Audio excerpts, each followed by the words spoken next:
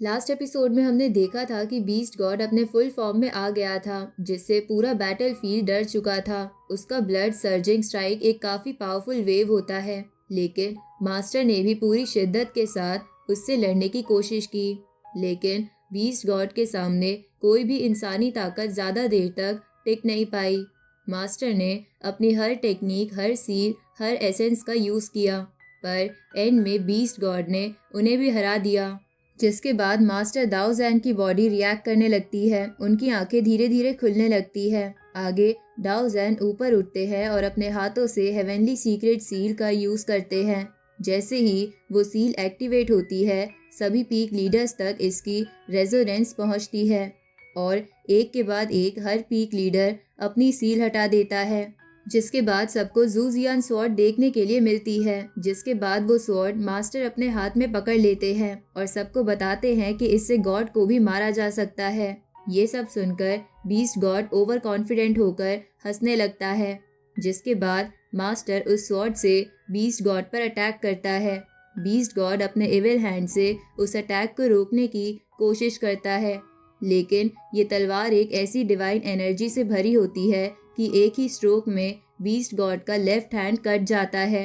Beast God shocked हो जाता है, लेकिन वो अपना हाथ वापस रीजनरेट कर लेता है। आगे बीस्ट गॉड मास्टर पर थंडर स्ट्राइक से अटैक करता है, जिससे मास्टर दाओ जैन जमीन पर गिर जाते हैं।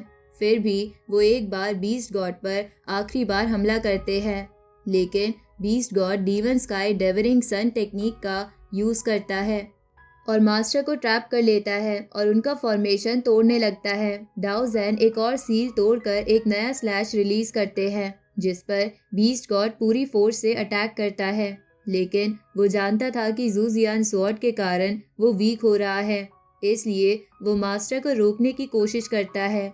लेकिन दाओ जैन नहीं रुकते और एक ही स्ट्रोक में बीस्ट गॉड की बॉडी को बीच से दो टुकड़े कर देते हैं।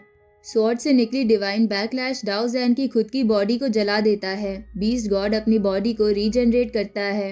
एक के बाद एक हेवनली स्वॉर्ड्स बीस्ट गॉड पर गिरती है और एक ह्यूज एक्सप्लोजन होता है। बीस्ट गॉड दोनों हाथों से स्वॉर्ड को रोकने की कोशिश करता है और अगले ही मोमेंट बीस्ट गॉड का ह्यूमन फॉर्म जमीन पर गिर जाता है।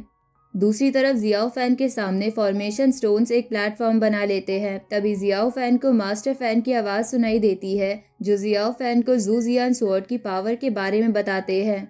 मास्टर की बातों से जियाओ फैन को शक होता है कि क्या जो बैटल फील्ड में बीस्ट गॉड से लड़ रहा है वो उसी की सोल है और वो और मास्टर दाओ जैन सेम है। वही बैटल फील्ड में दाओ जैन की हालत खराब हो चुकी होती है, लेकिन दाओ जैन अपने हाथ हिलाकर लास्ट चेन तोड़ते हैं और स्वॉर्ड पूरी तरह अनलॉक हो जाती है। जिसके बाद बीस्ट गॉड एक और मैसिव एनर्जी ब्लास्ट उनकी तरफ भेजता है, लेकिन दाओ जैन अपनी जान देकर भी बीस्ट गॉड को मारना चाहता था। कुछ ही देर में दाओ जैन की स्वॉर्ड और ज़्यादा पावरफुल हो जाती है और एक फाइनल पुश के साथ वो अपनी तलवार उसके शरीर में पूरा घुसा देते हैं। जिसके बाद वो धीरे से बोलते हैं कि राइटियस पाथ कभी नहीं मरता। जिसके बाद सीन फेड होता है और हम देखते हैं कि जियाओ फैन जमीन पर बेहोश पड़ा होता है। उसके पास रोजी पहुंचती है और जियाओ फैन को वहां देखकर रोजी रिलीफ फील करती है। तभी जेंग रोजी को जियाओ फैन से दूर रहने को कहता है, क्योंकि वो उनके सेक्ट के खिलाफ गया था। ये सब सुनकर भी जियाओ फैन चुपचाप आसमान की तरफ देख रहा होता है। उसी वक्त रेड लाइट आसमान से चमककर नीचे गिरती है। दूर एक पीक लीडर और उसके डिसिपल्स उस जगह पहुंचते हैं। लीडर एक्सप्लोजन के पीछे की वजह जानने की कोशिश करता है, जिसके बाद वो अपने डिसिपल्स को कमांड देता है कि उन्हें हर सिचुएशन के लिए रेडी रहना होगा और एंशिएंट स्वॉर्ड जल्द ही ढूंढनी पड़ेगी।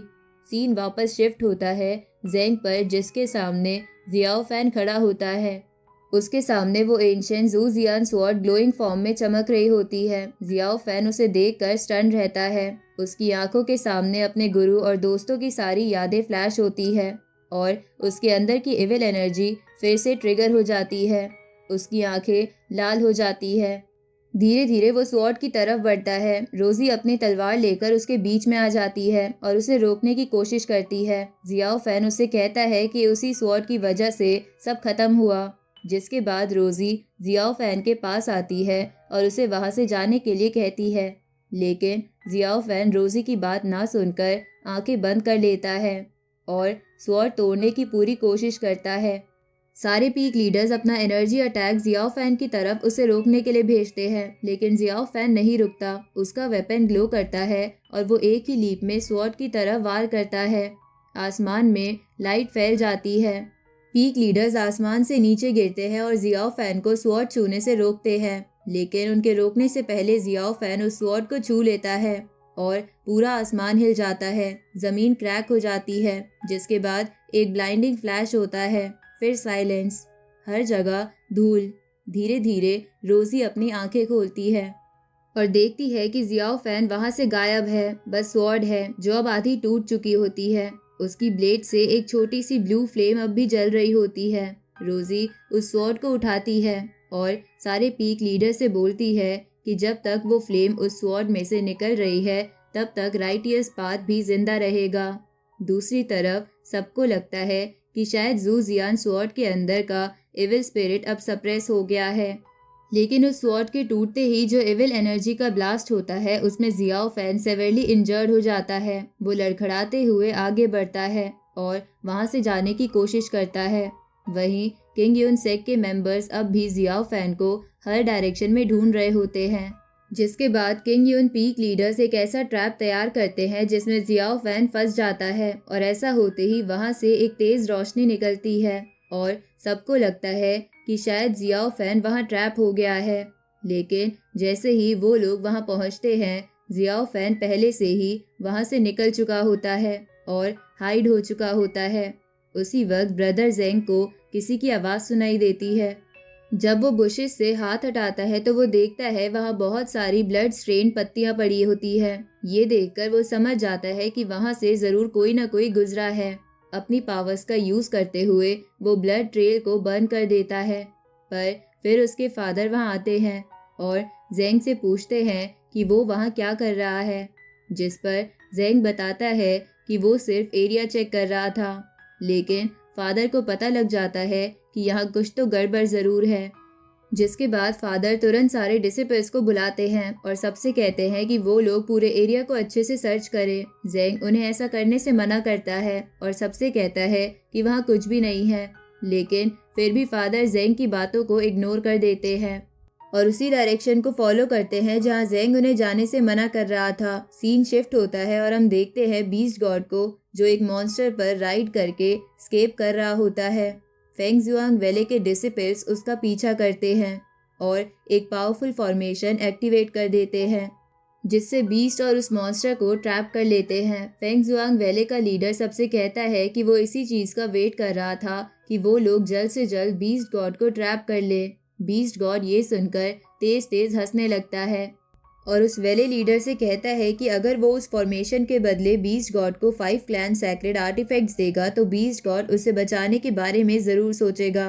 पर फिर वो सबसे कहता है कि उसे पता है कि उन लोगों ने अपने स्किल को मास्टर नहीं किया, जिस पर लीडर बीस्ट गॉड को रिस्पॉन्स देता है और उससे कहता है कि इसका मतलब वो उसके ऑफर को रिजेक्ट कर रहा है। ये कहकर वो पावरफुल फायर अटैक से बीस्ट गॉड पर एक तेज अटैक करता है, लेकिन बीस्ट गॉड इजीली उन अटैक से एस्केप कर लेता है अपने छोटे मॉन्स्टर के साथ। वो कहता है कि उसकी एनर्जी ड्रेन ज़रूर हुई है, लेकिन इसका मतलब ये नहीं कि वो वीक है। आगे हम देखते हैं कि फेंग जुआंग वैले का लीडर अपने डिसिपल्स को बीस्ट गॉड को मारने का ऑर्डर देता है। फिर फीनिक्स अटैक करने के साथ ही वो ऐसा अटेम्प्ट भी करता है, लेकिन बीस्ट गॉड की स्पीड और पावर अनमैच्ड होती है, जिसके कारण लाइटनिंग स्ट्राइक के साथ पूरा बैटल फील्ड फ्रीज हो जाता है। फिर हम देखते हैं नाइन टेल फॉक्स को जो इतने टाइम बाद अपीयर होती है।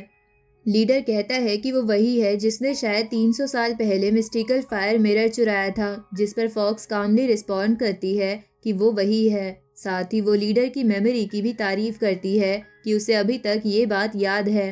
अब बैटल पहले से ज़्यादा इंटेंस हो जाता है। Fire phoenix versus nine tail fox दोनों स्पिरिचुअल फॉर्म्स में क्लैश करते हैं। फॉक्स अपने आइस क्रिस्टल से फॉर्मेशन क्रिएट करती है जो 1000 ऑफ आइस शार्ड प्रोड्यूस करता है। लीडर अपने फायर बॉल डिप्लॉय करता है, पर नाइन टेल फॉक्स के अटैक से सरवाइव नहीं कर पाता।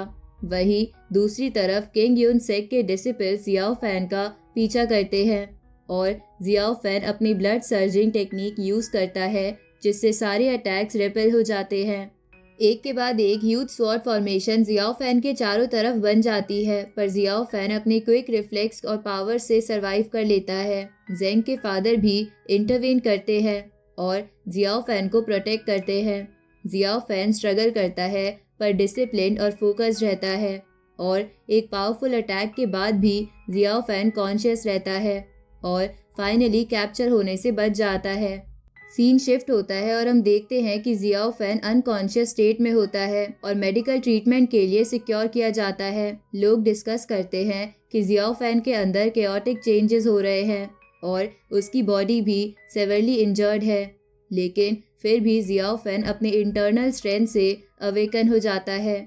उसके आसपास चैंटिंग सुनाई देती है क्योंकि वो स्पिरिचुअली अवेकन हो चुका होता है। अपने कॉन्शियसनेस के अंदर जियाओ फैन एक जॉइंट फॉर्मेशन देखता है और एक जॉइंट पाम उसकी तरफ रैपिडली मूव करता है। नीडल्स और पेन के बावजूद वो काम और फोकस्ड रहता है, जिसके बाद वहाँ एक लड़की अपीयर होती है जिसके हेड पूरी तरीके से शेप्ड है और वो जियाओ फैन को देखती है।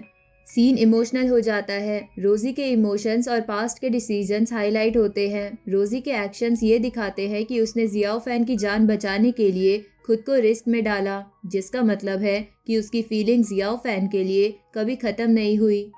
आगे हम देखते हैं कि सोल कास्टर भी जियाओ फैन की प्रोटेक्शन के लिए वापस आ जाता है। सोल कास्टर अपनी green energy fog technique use करता है, जिससे सारे किंग यून सेक के डिसिपल्स अनकॉन्शियस हो जाते हैं। जेंग का फादर इंटरवीन करता है और इंश्योर करता है कि वो सेफ रहे। वहीं सोल कास्टर के मिस्टीरियस पावर्स और ओरिजिन्स रिवील होते हैं और ये क्लियर हो जाता है कि जियाओ फैन के प्रोटेक्शन में कुछ अननोन फोर्सेस इन्वॉल्व्ड है। जेंग और उसके फादर डिस्कस करते हैं कि ये फोर्सेस पोटेंशियली डीमन पाथ से बिलोंग नहीं करती और उनका इंटेंशंस भी काफ़ी अनक्लियर दिखाई पड़ता है, जिसके बाद जियाओ फैन रिकवर कर रहा होता है। नाइन टेल फॉक्स और बीस्ट गॉड सेफ है और फ्यूचर के थ्रेट्स के लिए प्रिपरेशन स्टार्ट होती है और इसी के साथ ये एपिसोड यहीं ख़त्म हो जाता है।